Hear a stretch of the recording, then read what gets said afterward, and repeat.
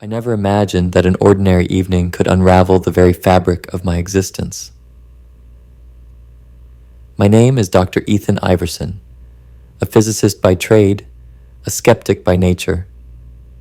It was a late night at the research lab, and as usual, I chose to walk home. I never liked driving. The motion always made me queasy, so I lived close enough to stroll through the quiet streets of my neighborhood. The night was unusually still, the kind of silence that feels almost tangible. The air hung heavy, expectant, like the world was holding its breath. As I walked, I noticed an absence, not of people, but of sound itself. It reminded me of the muffled hush during a snowfall, where everything feels distant and softened.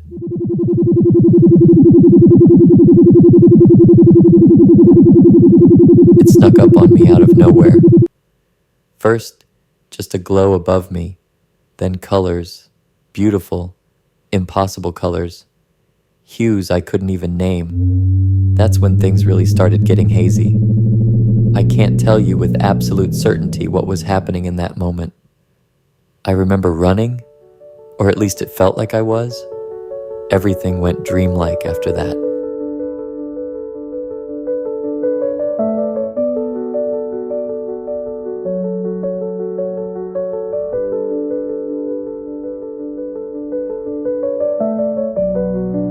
The pain was absolute, cutting through me like swimming in an ocean of shattered glass.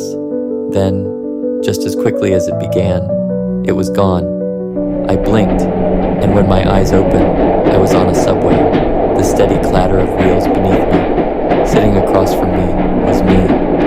I stared, heart pounding, knowing this had to be a dream, but it felt all too real.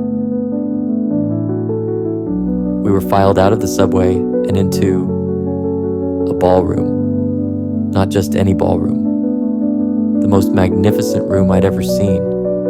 Crystal chandeliers, golden archways, impossible architecture, and most importantly, other people. As my head slowly stopped spinning, that's when I saw her.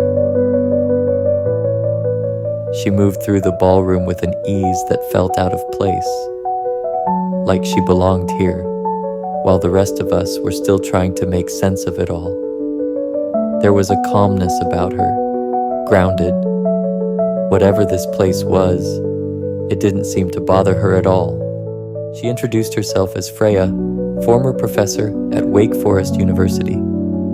Her story tumbled out. Strange occurrences, UFO encounters, blackouts. Welcome, valued guests. A server approached with a tray, but his face was disturbingly off, eyes too wide, a smile that didn't reach them. Suddenly, a man beside me gasped and broke into a run. The waiter smoothly stepped aside, unfazed, as the man dashed toward the heavy curtains at the far end. With a swift pull, he ripped them open.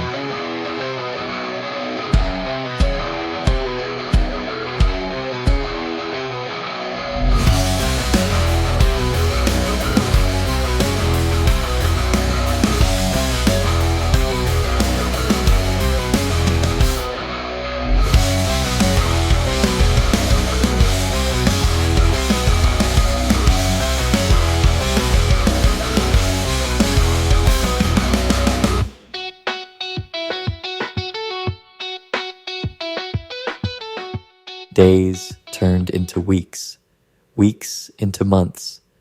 The monotony and constant surveillance gnawed at me. Then Freya approached me one day, moving with a purpose I hadn't seen from her before.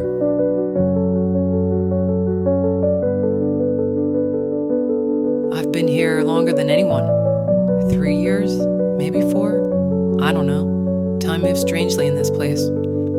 At first I thought I was losing my mind. The lights, the strange voices, the way they would study me. But then they started communicating with me.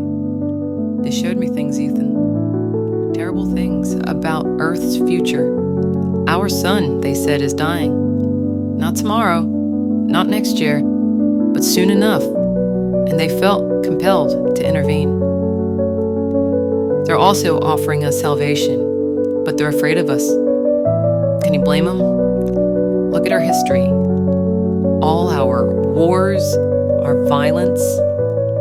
That's why we're here, in this elaborate cage, They're giving us a choice.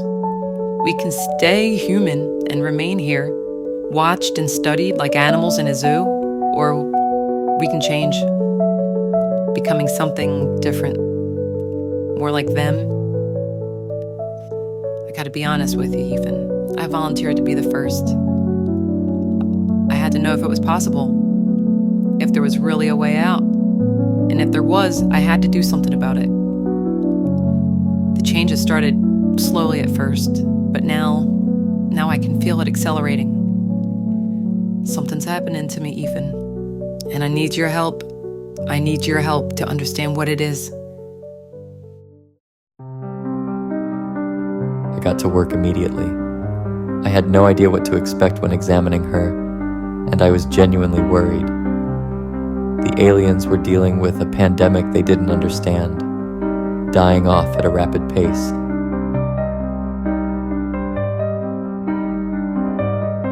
Under the microscope, I couldn't believe what I was seeing. Streptococcus pneumonia, the same bacteria that lives harmlessly in human throats, was devastating their cellular structure. Here they were, capable of interstellar travel and biological transformation, and they were being killed by something we humans treat so commonly. I suppose it's not hard to imagine the oversight after all. Alexander Fleming only discovered the cure by accident in 1928, when he left a dirty petri dish out and changed medical history forever. The first alien we treated was their leader. I'll never forget how their crystalline skin shifted from death gray to vibrant blue as the infection cleared. Within hours, they were standing again. Within days, their epidemic was ending. They offered us immediate release, transport back to Earth, a chance to go home. Interesting. He gave us our freedom to return to Earth, despite claiming our son was dying. The lie is crystal clear now. They wanted to use us as their last hope of survival. Freya's transformation had progressed too far. Her human DNA had been irreversibly altered. She couldn't go back, even if she wanted to. I watched her face as she told the others to go home without her. There was sadness there, but no regret. She had chosen this path before we knew there was another way, and in doing so, she'd built a bridge between our species that no one else could have. The other humans left within days, but I stayed, partly for Freya. Someone should be here who remembered her as she was, but mostly because they offered me something I couldn't refuse, a chance to study their world, to learn their science. Every day I watch their ships leave for other worlds, and I think about that moldy accident that changed everything. Sometimes the smallest things make the biggest differences. Freya taught me that.